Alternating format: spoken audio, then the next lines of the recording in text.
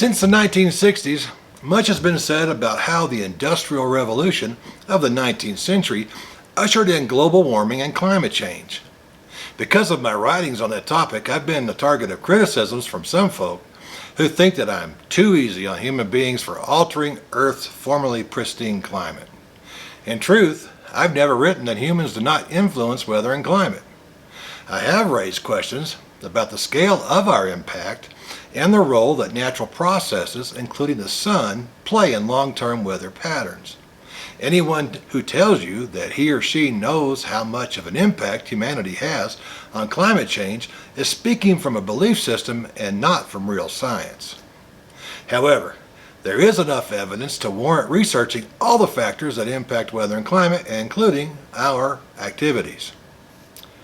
It's also no secret that I am more concerned about air and water pollution, groundwater depletion, and the conservation of natural resources than I am climate change.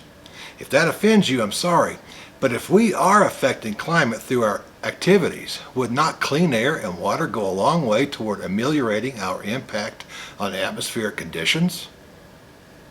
As I pointed out in The Forces of Nature, Our Quest to Conquer the Planet, and Climate Change in History, A Geotheological Perspective, climate change is not a new occurrence.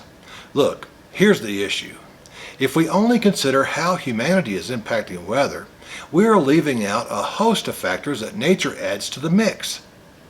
That's an incredibly reductionistic model. It's like only considering food diversity as a factor in determining how human longevity occurs. Today, the human population is fast approaching 8 billion souls, but in 0 AD there were only 300 million people walking the planet.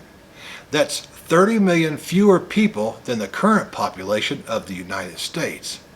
Many, if not most, of our ancestors at the end of the biblical age were hunters and gatherers or subsistence farmers with minuscule carbon footprints.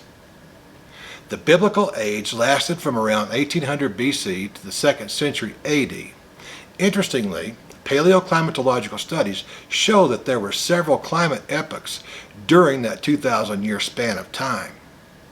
Since the books of the Bible were written during that era, one can't help but ask, is there evidence in the Bible that corroborates what paleoclimatologists tell us about ancient climate change?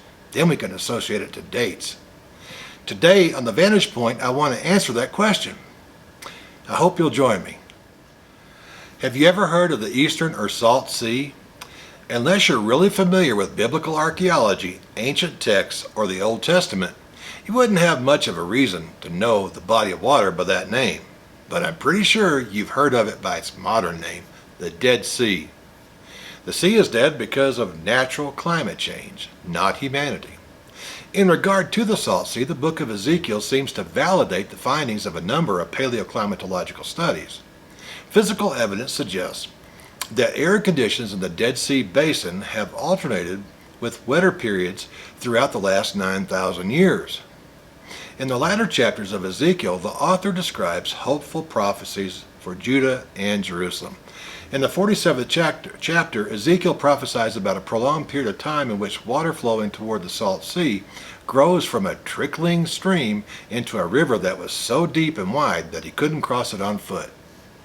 There's ample paleoclimatological evidence that the description that he provides in 47:7-10 bears a striking resemblance to past geographies in the Jordan River Valley.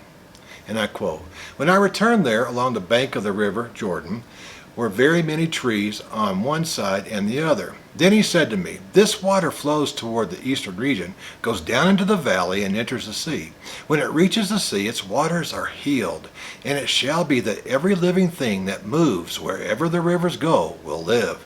There will be a very great multitude of fish because these waters go there, for they will be healed, and everything will live wherever the river goes. It shall be that fishermen will stand by it. There will be places for spreading their nets. Their fish will be of the same kinds as the fish of the great sea, exceedingly many." End of quote. Ezekiel's prophetic vision starts with the sea being in need of healing, which presumably resulted from having too much salt. The River Jordan, which is the source for most of the water in the sea, has plains along both of its banks. In Genesis 13:10, Scripture describes how that land appeared around 1800 to 2000 BC when Abraham and his brother Lot entered the valley. And I quote, "And Lot lifted his eyes and saw all the plain of Jordan, that it was well watered everywhere before the Lord destroyed Sodom and Gomorrah, like the garden of the Lord, like the land of Egypt as you go towards Zoar." End of quote. Since there's strong evidence that Ezekiel was written in the 6th century BC, the contrast between these geotheological images show quite a bit of climate change over a 1500-year period of time. Today, there's no other way to describe the climate of Masada and the Dead Sea area as anything but a warm to hot desert.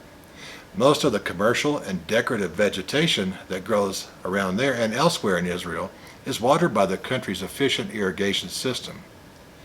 If precipitation was much more plentiful in Israel during parts of the biblical age, it is likely that it fell as both convective or heat-generated events as well as frontal activity. One of the features of the frontal activity is the creation of troughs and squall lines. There would have been short bursts of afternoon showers in the summertime caused by heat, as well as lengthy periods of rain, snow, and powerful thunderstorms, hail, and even tornadoes. The books of the Old Testament show two periods of time in which hail, stormy, tornadic, and snowy weather events are seen in the narratives. The book of Job, for instance, and the books written between 950 and 550 BC, that's Proverbs to 2 Kings. In surveying the Bible for evidence of volatile, snowy, or icy weather, the book of Job is rife with such imagery.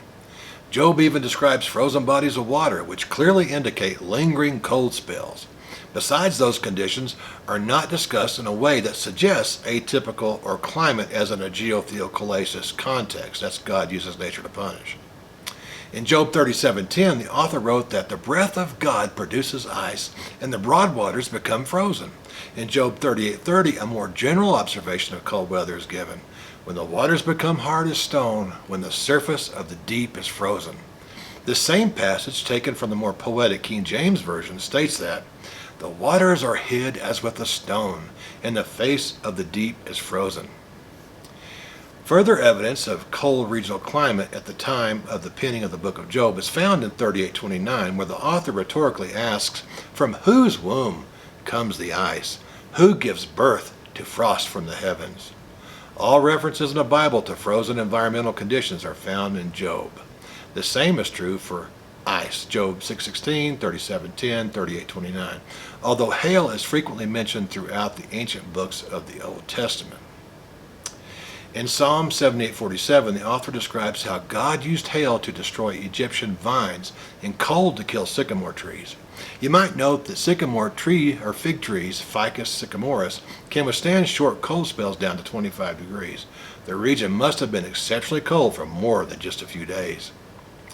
Hail and icy conditions associated with a formidable cold front is further described in Psalm 147:17. He hurls down his hail like pebbles. Who can withstand his icy blasts? Although not necessarily frozen conditions, it seems that the author of the book of Jeremiah understood that snowfall in Lebanon was sufficient to recharge aquifers like sandstone or limestone. The quality of the water must have been exceptional because Jeremiah asked, "Will a man leave the snow water of Lebanon, which comes from the rock of the field, likely bubbling out of springs? Will the cold flowing waters be forsaken for strange waters?" That's Jeremiah 18:14. Tornadoes appear as whirlwinds in Job and then again in Amos, that's the mid-700s, to 2 Kings, mid-500s. The temporal pattern for thunderstorms is similar to the patterns of snow. Those weather occurrences are seen in Job, Exodus, and then from Proverbs to 2 Kings. Books written after 550 BC only describe two tornadoes, Zechariah and 2 Chronicles, and only two thunderstorms are described in the New Testament. Those colder climate patterns parallel the Bronze Age cold epoch and the Iron Age cold epoch. The New Testament was written during the Roman warm period, so it's not surprising that cold, snowy, and volatile weather descriptions are absent from its pages. In reflecting over the weather and climate narratives scattered throughout the books of the Bible, I think there are at least two major implications that we can draw from them. First, Paleoclimatic studies corroborate biblical weather descriptions as well as the chronology and time periods in which the books of the Bible were written. Second, it shows how people living in the biblical lands saw weather and climate, how they perceived it.